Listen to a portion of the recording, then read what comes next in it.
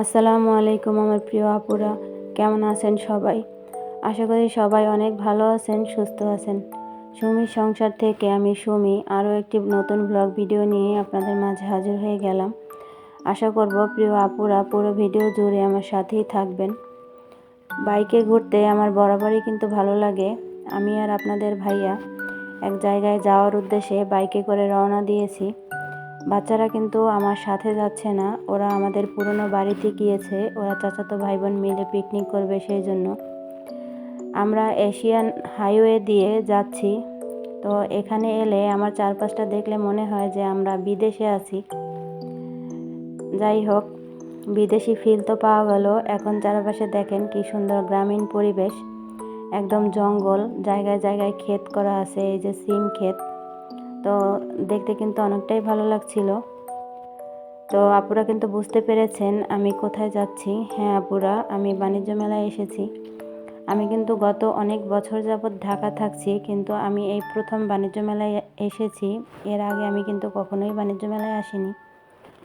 তো আপনাদের ভাইয়া গাড়িটা পার্কিং করছে, পার্কিংয়ে রেখে দিচ্ছে আর কি।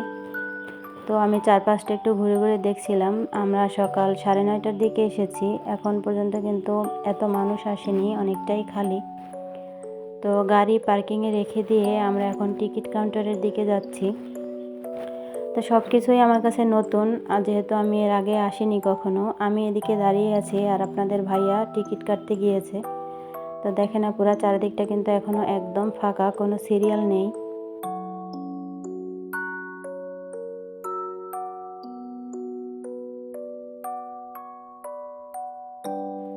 টিকিট কেটে নিয়ে আমরা এই যে সামনের দিকে যাচ্ছি। তো যেহেতু আমি এবার প্রথম বাণিজ্য মেলায় এসেছি, এর আগে কখনো আসিনি, তো আমি খুবই কৌতূহল নিয়ে চারিদিকটা ঘুরে ঘুরে দেখছিলাম যে অনেক বড় আয়োজন।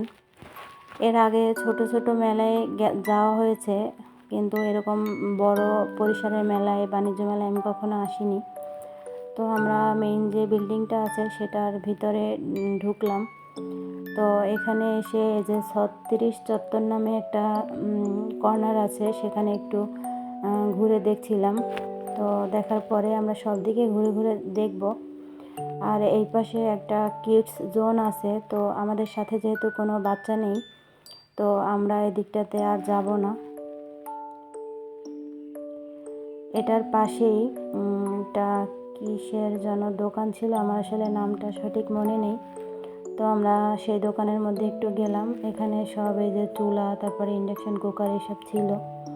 তো এগুলো আমি কিনবো না, কিন্তু একটু ঘুরে ঘুরে দেখছিলাম। আর এই যে কিচেন অর্গানাইজারগুলো আপনাদের ভাইয়া তো আমাকে কিনে দিতে চেয়েছিল, কিন্তু আমি আসলে কিনিনি। আর এই যে বিভিন্ন ধরনের পাতিল টাতিল ছিল। আমার একটা চুলা দরকার, তো আমি চুলা নেব না আজকে এখান থেকে, কিন্তু চুলা দেখছিলাম আমি বিভিন্ন ডিজাইনের। আর যে জিনিসটা নেওয়ার জন্য আমরা বাণিজ্য মেলায় এসেছি সেটা হচ্ছে এই যে রুটি মেকার। আমি এখান থেকে একটা রুটি মেকার কিন্তু নেব। তো ওরাই আমাদেরকে রুটি বানিয়ে দেখাচ্ছিল যে কিভাবে কি বানাতে হবে। এই রুটি মেকারগুলোর কিন্তু অনেক দাম চাচ্ছিল, তো আমরা দেখব তারপরে নেব। আমার স্কুটি চালাতে ভালো লাগে, সেজন্য আপনাদের ভাইয়া যেখানেই স্কুটি দেখেছে আমাকে দেখিয়েছে যে দেখো এটা পছন্দ হয় কি না। তো যাই হোক, আমরা সব কিছুই একটু ঘুরে ঘুরে দেখছিলাম। তো মেইন বিল্ডিংয়ের ভিতরে অনেকক্ষণ ঘোরার পরে এখন আবার একটু সামনে এসে একটু ভিডিও করে নিলাম। এই যে অনেকটাই ফাঁকা। আজকে কিন্তু শুক্রবার, কিন্তু তারপরেও তেমন লোক নেই। লোকজন ভিড় হওয়া শুরু হয়েছে দুপুর 2টা-2:30টার পর থেকে। এই যে দেখেন, এতক্ষণ যে জায়গাটা একদম খালি ছিল সেই জায়গাটা একদম লোকে লোকারণ্য। মনে হচ্ছে যে ঢাকা শহর যত মানুষ আছে সব মানুষ কিন্তু এই বাণিজ্য মেলাতেই এসেছে। দলে দলে মানুষ আসছে। আমি সকাল থেকে সন্ধ্যা পর্যন্ত বিভিন্ন স্টলে ঘুরেছি আর জিনিসপত্র দেখেছি, আর প্রয়োজনীয় 2-1টা জিনিসপত্র কিনেছি। তো বেশি একটা ভিডিও করিনি, কারণ এত ভিডিও করে কাদেরকে দেখাবো। কম বেশি সবাই তো বাণিজ্য মেলায় আসেন। আমি মনে হয় প্রথম, যে জীবনে এত বছরে এই প্রথম বাণিজ্য মেলায় এসেছি। তো আমি কী কী কিনলাম সেটাই একটু আমার আপুদের সাথে শেয়ার করি। তো অনেক বেশি জিনিসপত্র কেনা আমার একদমই পছন্দ না। আমার যেগুলো প্রয়োজন আমি শুধু সেই জিনিসগুলোই কিনি। তো এই ঝুড়ি আমার দরকার ছিল, এগুলো আমার ছিল না, তো আমি এরকম ঝুড়ি নিয়েছি। আর এখানে অফার ছিল buy one get one free, তো আমি সেই অফারটা নিয়েছি, একটা কিনলে একটা ফ্রি। আর এই যে আমি একটা কাঠের স্প্যাচুলা নিয়েছি। আমার স্প্যাচুলা সিলিকনেরগুলো আছে, কিন্তু এরকমের একটা কাঠের স্প্যাচুলা আমার দরকার ছিল, তো সেটাই নিয়েছি। আর বাণিজ্য মেলায় তো জিনিসের অনেক দাম, সেটা তো সব আপুরাই জানেন। এই স্প্যাচুলাটা আমার কাছে 100 টাকা দাম নিয়েছে, আমার কাছে অনেক বেশি মনে হয়েছে। আর আমার এই যে গ্লাস ক্লিনার দরকার ছিল, তো আমি ওখানে দেখলাম একটা অফার চলছে, তো আমি সেখান থেকে একটা অফার নিয়েছি।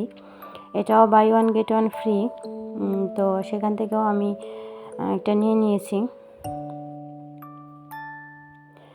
আর এবার আমি আমার সবচেয়ে পছন্দের যে জিনিসটা, সেই জিনিসটা আপনাদের সাথে শেয়ার করব। এই যে এটা আমার অনেক শখের একটা জিনিস, তো অনেক দিন যাবৎ কিনতে চাচ্ছিলাম কিন্তু কেনাই হচ্ছিল না। তো এখানে আমি এই দাঁড়িয়ে দাঁড়িয়ে কাজ করার বটিটা নিয়েছি। এটা হচ্ছে 9 ইঞ্চি একটা বটি, তো এটা দিয়ে আমি খুব সহজেই কাউন্টার টপের উপরে সেট করে তারপরে কাটাকাটি করতে পারবো। তো আমার আগে 2টা বটি আছে কাজ করার, তো তারপরও আমার একটু শখ ছিল এরকমের একটা বটি কেনার। আর আমি কাটাকাটি তো প্রায় সময় চপিং বোর্ডে ছুরি দিয়ে করি, কিন্তু তারপরও একটা নিলাম। আর এই যে কাউন্টার টপের সাথে সেট করার জন্য একটা নাট এবং একটা কাঠ দিয়েছে, তো যখন লাগবে এটা দিয়ে আমি ব্যবহার করব।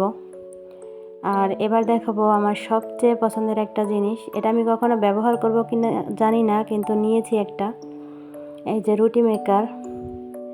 আমি যখন বিভিন্ন ভিডিওতে মোবাইলে অথবা টিভিতে এই রুটি মেকারগুলো দেখি, তখন আমার খুবই শখ হয় যে আমি একটা রুটি মেকার কিনবো।